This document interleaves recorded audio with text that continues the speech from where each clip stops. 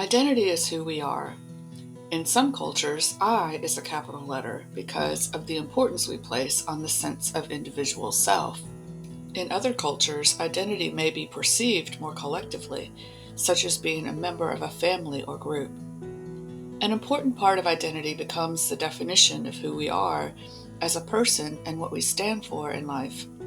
Identity begins to form very early in life and continues to evolve and broaden over time with more experiences, with more intensity in adolescence. A big part of our identity comes from the people we are connected to, both biologically and emotionally, and from life experience in total. What sorts of things play a role in our sense of identity? A person's name, family stories or histories, family values, and immigration stories. Our families, our friends, and our culture are key to helping us form our identity. Identity is developed through experiences or messages we receive. Subtle or obvious messages that we get from others, one time or over a long time, and more positive, like I'm a successful student, or negative, like I'm a terrible singer. Unfortunately, children who have experienced trauma, separation, or loss have often received more negative than positive messages about who they are. Sometimes a person doesn't even have to experience the negativity directly. Hearing stories from their family or community can impact their personal identity. And when painful memories are passed on from the family's past, this process is known as intergenerational trauma. When a whole people have experienced an atrocity as an oppressed group, this is known as historical trauma. Culture plays an important role in all of these factors that help form identity.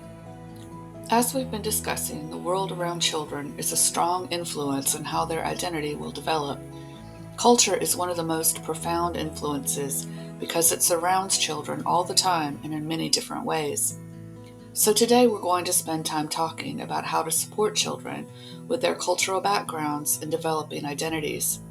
And in the Parenting in Racial and Culturally Diverse Families theme, we will continue our discussion of race and culture as they relate to fostering or adopting children. There are many ways to define culture. One definition of culture is on the PowerPoint. We would also add food and language to this definition. What else might you add? In addition to individual experiences with people, shared cultural experiences will significantly impact the identity of a developing child. For example, most cultures have rites of passage as children move from childhood to adulthood. The quinceanera in Central and South American cultures, the bar or bat mitzvah in the Jewish culture, baptism or confirmation in the Christian religion, receiving a driver's license, and other important events. Because of what these represent, they help children to feel more mature, capable, and ready to take on the next step in their lives.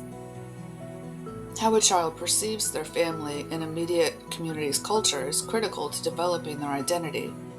And it's also important to realize that how others view the person's culture in all the ways that we've defined is eventually also taken in by the person, and that outside view also becomes part of their identity. This combination can allow for a positive sense of belonging and pride. It is important to be aware that there may have been many ways the children you will be caring for and their families might have experienced forces like classism, racism, discrimination, power and privilege differences that have impacted their identity. It will be important for adults around them to be able to acknowledge, address, and help buffer the effects of any isms your child might be facing.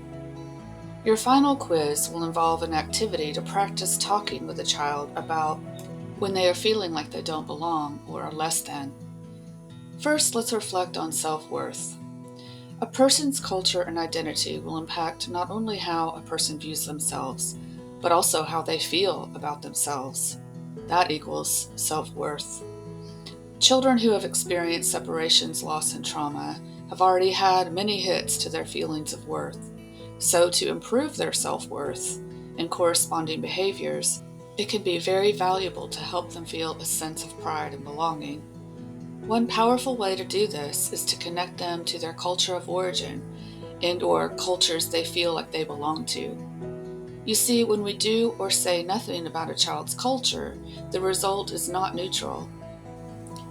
We unknowingly run the risk of sending the message that their culture is not okay with us, and therefore that they, as a person, are not okay with us. So, getting to know and understand more about the child's culture and that of their birth family is a meaningful task for parents who are adopting, and you'll likely need some extra skills to do that.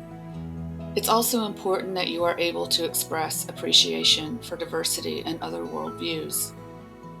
Let's talk about those skills. The first is cultural responsiveness. For this class, we're going to describe learning from another and acting respectfully as being culturally responsive. An example might be showing interest by asking a child or their parents about a holiday tradition from their family and also incorporating the child's traditions into your family traditions. This is another way we can learn to appreciate diversity and other worldviews. You will often find that the traditions are influenced by their cultural heritage. For this class, effectively interacting with people from other cultures is known as cultural competence. In the example we were just using, cultural competence could be incorporated in those holiday traditions into your family while your child is living with you.